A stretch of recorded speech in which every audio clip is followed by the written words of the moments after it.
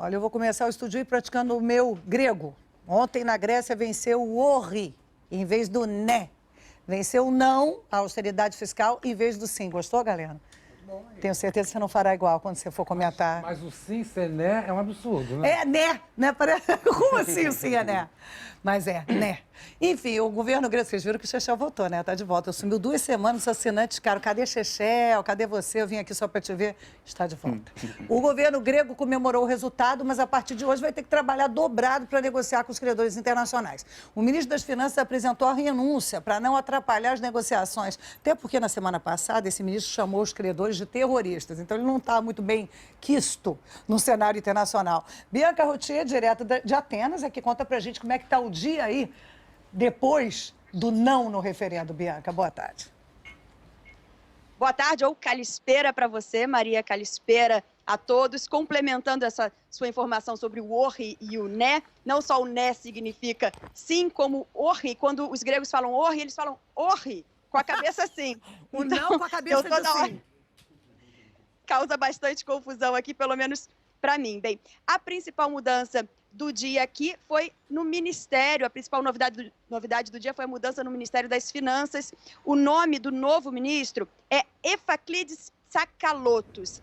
É um nome complicado, mas eu tenho certeza que a gente vai repetir tantas vezes que já a gente acostuma, assim como acostumou, né, com o Papandreou, com o Varoufakis, com o Tsipras. Bem, ele era o coordenador dos negociadores da equipe grega responsável por negociar com os credores, tem um perfil muito mais diplomático do que o de Varoufakis, e ele vai ter primeiro desafio pela frente. Logo mais ele deve assinar a recomendação da Associação dos Bancos de prorrogar o fechamento das agências até quarta-feira.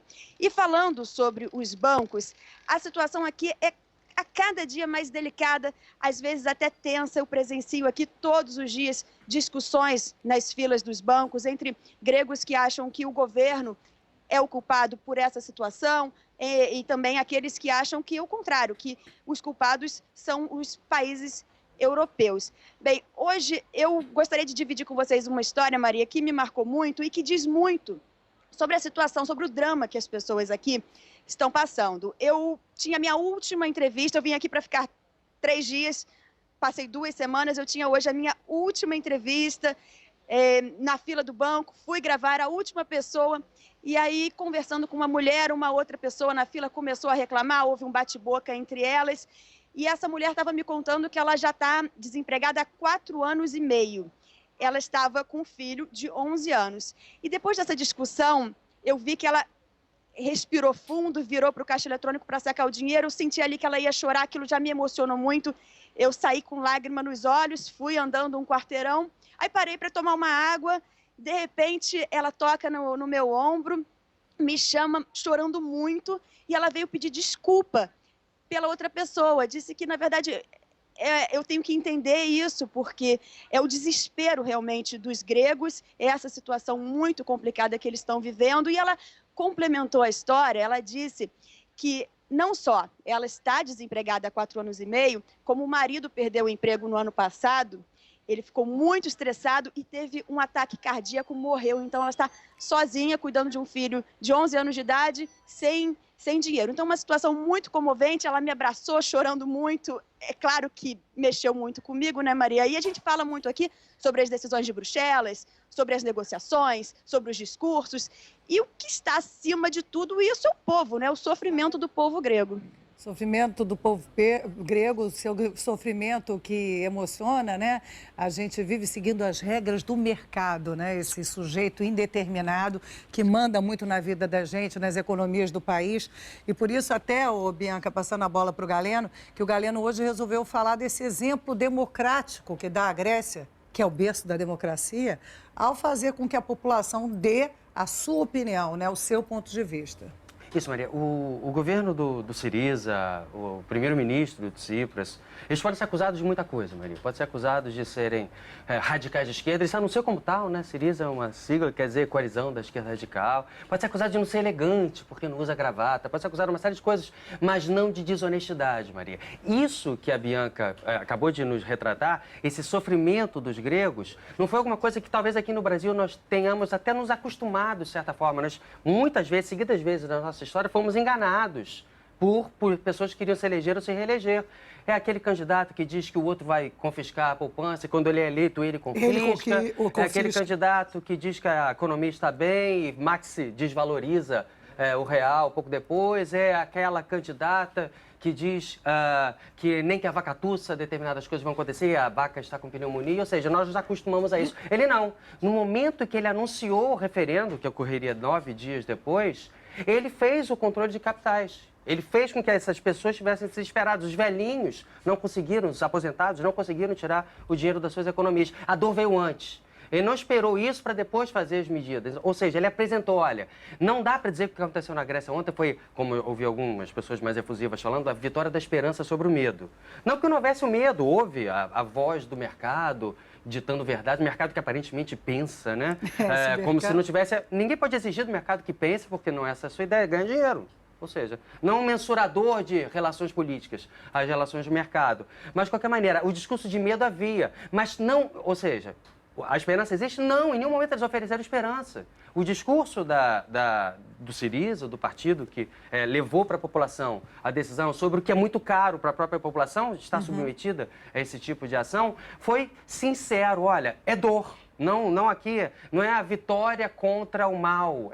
Vai ser muito ruim também o que está acontecendo. O futuro é incerto. Mas de uma maneira... Seria com sim ou não, né? Mas a população grega foi tão digna a ter essa maturidade, Maria, de pela primeira vez num Estado ocidental se insurgir contra isso que parece ser necessário, quase que sagrado, deve-se obedecer a determinadas medidas, que não estão certo, que são impagáveis, que o FMI, quinta-feira, disse, olha, é insolúvel, não dá.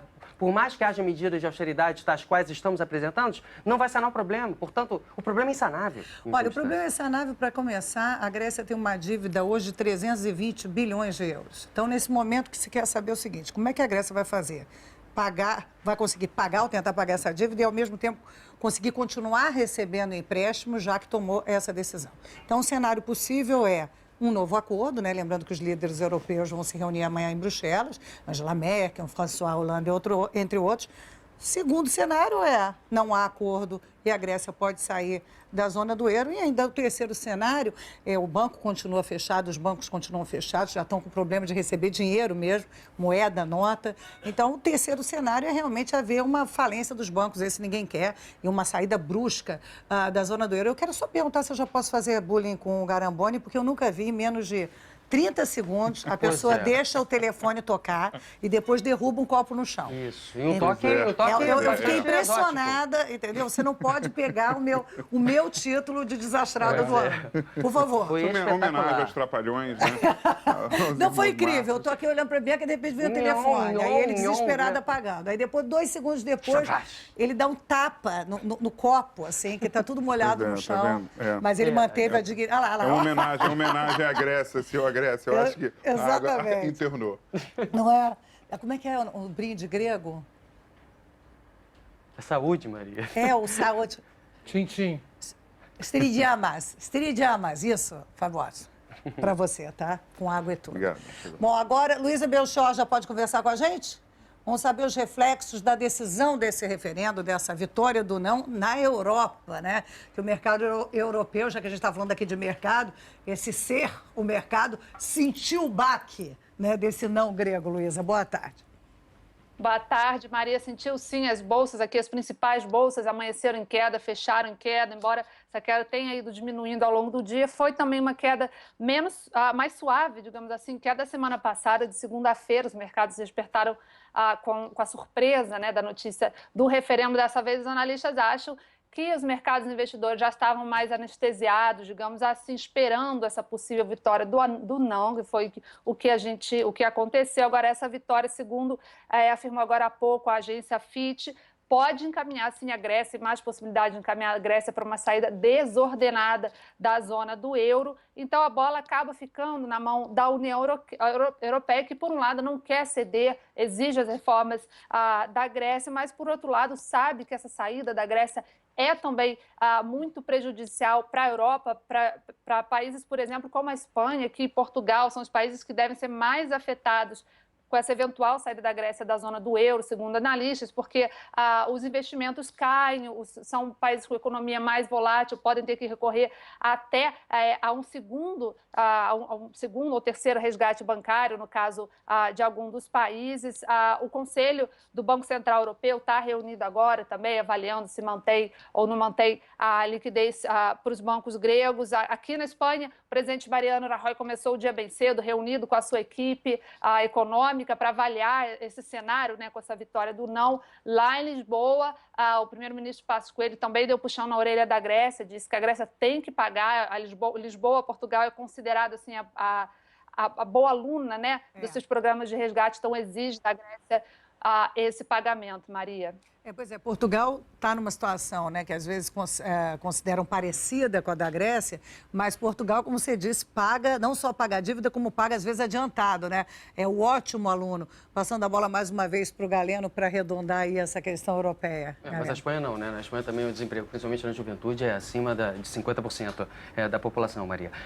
Sim, Maria, agora eu me lembro que quando as pesquisas começaram a indicar que o sim vinha crescendo dentro da Grécia, a Merkel até fez que foi hoje para a França se encontrar com a Holanda, hoje ainda, para tentar resolver numa reunião que haverá amanhã entre os líderes europeus para discutir a questão da Grécia, falou, não, vamos negociar, vamos esperar a Grécia, vamos esperar o resultado do referendo que eles não queriam. Só que agora o resultado veio ao contrário do que se imaginava, aquela tendência que indicava uma possível vitória do sim. E, por sua vez, o governo da Grécia falou, sim, vamos negociar, e agora em outros termos. O perigo para a União Europeia, Maria, que mais uma vez foi um arranjo que não é financeiro, é político, uma tentativa de resgatar uma paz que não havia há séculos na Europa, logo depois da Segunda Guerra Mundial, se a Grécia, se permitir que a Grécia saia, e não devemos nos esquecer que ano que vem haverá referendo no Reino Unido, a União Europeia pode começar a se desfazer pelas beiradas. Isso é muito perigoso, iniciando um movimento que acabe com alguma coisa que foi muito positiva para a história humana, que foi o fim das guerras na Europa, que arrastaram o mundo inteiro o para guerras mundiais. referendo no Reino Unido é para saber se fica na União Europeia como um todo. Ela não faz parte da zona do euro, da União Europeia propriamente dita. Aguardemos, né? Eu achei interessante, né? Eu vi um grande debate na redação sobre a saída do Varoufakis, aí eu estava querendo saber quais seriam os argumentos contra e a favor. Não, era porque ele era bonito mesmo. Puxa, tão bonito. Pô, vai sair logo o Varoufakis. Tsipras também, né? Tem uma grande enquete também na redação sobre quem é mais bonito, o Tsipras ou o Varoufakis. Aí sim? eu estava dando uma olhadinha no novo ministro das Finanças, também não é feio, não.